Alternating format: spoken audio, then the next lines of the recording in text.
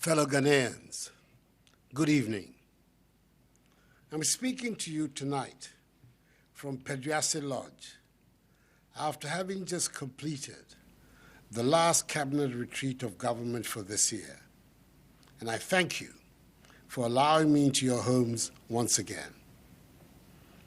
It is a little over 7 months ago since I started providing updates on the measures government was putting in place in response to the novel coronavirus disease. I've provided so far 17 updates which have demonstrated the coordinated approach we initiated towards winning the battle against the pandemic. We can safely say that the benefits are showing. During my last update, a month ago, we had a total of 507 active cases.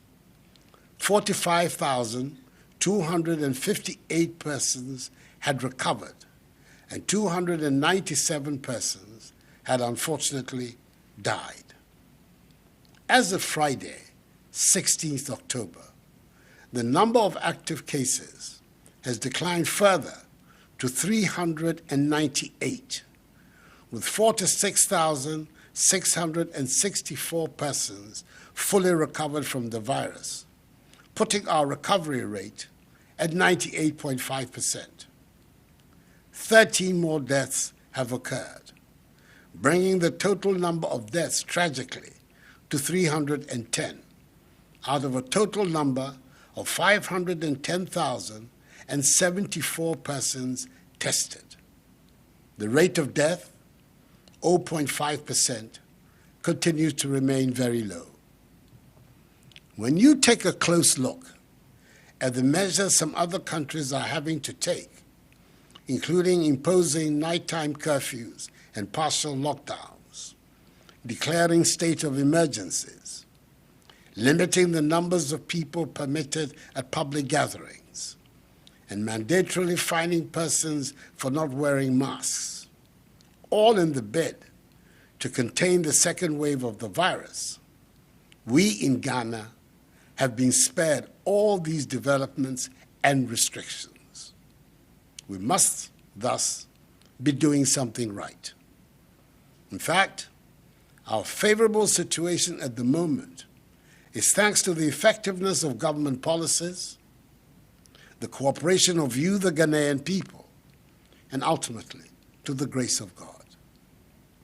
The science and data tells us that the trajectory of the virus in Ghana mirrors that of an epidemic with reduced disease activity.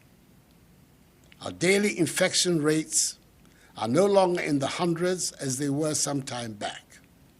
Presently, they are in the tens, averaging 25 new cases per day in the course of last week.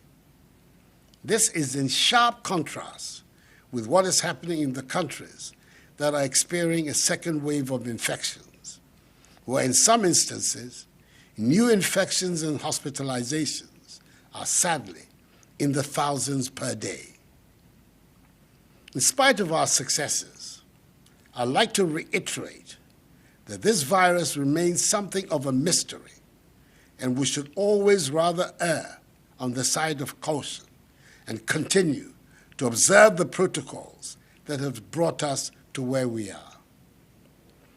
As President of the Republic, I assured you of my continuing commitment to limiting and stopping the importation of the virus, containing its spread, providing adequate care for the sick, slowing down community spread, reducing the impact of the virus on social and economic life, and using the opportunity afforded by this pandemic to expand our domestic production capacity and deepen our self-reliance. I remain committed to these objectives, and I will not stray from them. Fellow Ghanaians, we all know that the emergence of the virus on our shores came from abroad, necessitating the closure of our borders by land, air, and sea in March 2020. Following the provision of testing facilities, which ensure the speed and accuracy of COVID-19 testing, Kotoka International Airport was reopened on 1st September 2020. It has been 6 weeks since the reopening, and a total of 30,564 passengers have been tested, from which 92 have tested positive. All 92 are asymptomatic cases whose status, but for the test, would not have been detected and would have spread the disease amongst the rest of the population. I'm aware that some are calling for government to extend the PCR negative test period before boarding the flight from 3 days to at least 5 days. I believe, in the context of the second wave of infections that is engulfing so many countries of Europe and America, that we have to insist on the 3-day period. It is better to be safe than sorry. Indeed, across the country, government has seen to the expansion of COVID-19 testing facilities from the initial 2 to 16, which include those of private sector providers. Additionally, some hospitals across the country have been equipped with the capacity to test for COVID-19. We now have more dedicated treatment facilities for dealing with the disease and have also improved considerably the availability of PPEs for our health workers. It is reassuring that we no longer have news of shortages or lack of PPEs. Through a public-private partnership, our nation is the beneficiary of a 100-bed infectious diseases center located at the Ga East Municipal Hospital, with plans in the offing to replicate it in Kumasi, Takoradi, and Tamale. Inasmuch as we currently have no patients at the isolation centers, I express the gratitude of the nation once again to private and religious bodies who provided their facilities to support the fight. These laudable efforts have manifested the collective will of the majority of Ghanaians to rally together, irrespective of ethnic, religious, or partisan political considerations, to help win this fight. It is important for me to stress that the cost of providing for the care of most persons stricken with the virus is being borne by government, ensuring that persons who tested positive and were in need of health care received it promptly.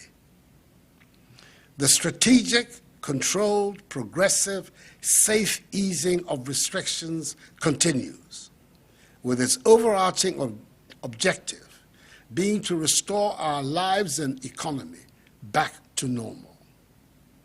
SHS2 and JHS2 students are back in school, as are some students in tertiary institutions and colleges.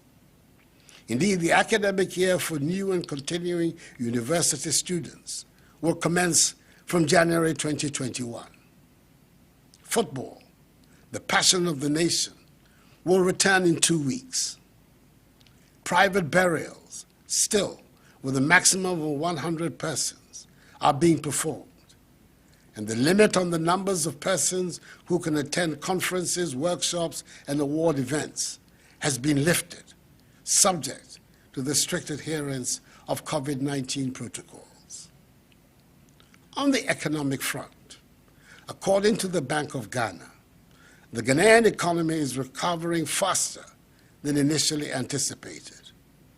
Consumer confidence is bouncing back strongly and is today above pre-lockdown levels. Business confidence has also increased, reflecting the improving macroeconomic conditions, stability of the exchange rate, lower input prices, moderation in lending rates, and positive industry prospects. Consumer spending, industrial consumption of electricity, and construction activities have all reached pre-lockdown levels, whilst tourist arrivals and port harbor activity are gradually edging upwards. So I urge all of you, my fellow Ghanaians, to continue to comply with the strict hygiene, mask wearing, and social distancing protocols that have become part of our daily routines. This is the surest way by which we can defeat the virus and avoid a second wave of infections. The outlook on our battle against COVID-19 remains optimistic, for which we thank God and you, the Ghanaian people. It is important that we maintain this positive position, especially with a few weeks to the holding of the December 7 presidential and parliamentary elections. Enuanom, nhyehyɛe a yɛayɛ ɛfa yareɛ no, Onyankopɔn adaroma, ɛyɛ adwuma. Nanso, yareɛ no da so wɔ hɔ. Nti mesrɛ mo, titiriw, mofiri fie a, monkɔ so nhyɛ mask no. Na mondi mo ho ni, na ɛno na ɛbɛboa yɛn, abɔ yɛn ho ban, na ama yɛn kwan apam yareɛ no koraa ɛfiri yɛn man mu. Anyame me, gbegyia no, ni wɔtɔ keha helane, mimodromona, eichuni, si hela eyako, ni wɔ titiriw